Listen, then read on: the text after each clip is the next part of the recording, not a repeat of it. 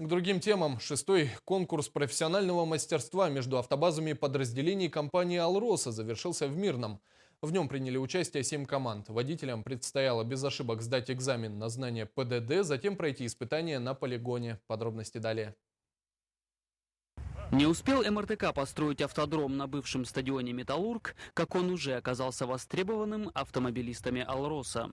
Именно здесь проходил шестой конкурс профмастерства среди водителей автотранспортных предприятий Мирнинской и Ленской площадок. Лучшие водители вошли в состав 7 команд, по 3 человека в каждой. И первым этапом для них стала теория, где проверяли знания правил дорожного движения. Соревнование состоит из нескольких упражнений, которые выполняют участники.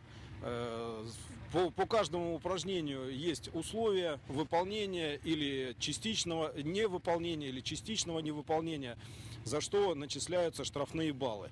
Профсоюз «Профалмаз» дарит путевку победителю в любой санаторий страны по выбору, поэтому команда Ленская была настроена решительно. Интересная трасса, сложные есть моменты.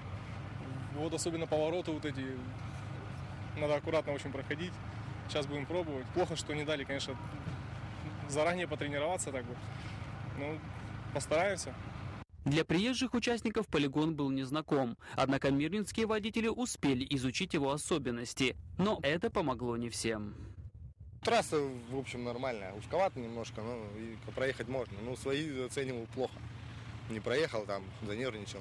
Билет как бы решил нормально, безошибочно, а с вождением он маленько подвело. Итоги конкурса не удивили. В общекомандном зачете 3-й год подряд лучшими стали представители автобазы Мирнинского ГОКа. В личном первенстве места распределили следующим образом. 3-м стал Сергей Балалаев, 2-м Григорий Высоцкий, а 1-е место и главный приз достался Евгению Фоту. Выберите, придете в Профалмаз и скажете нам: я хочу вот туда-то, тогда-то, и мы вам купим бесплатную путевку. Поздравляю вас! Вот.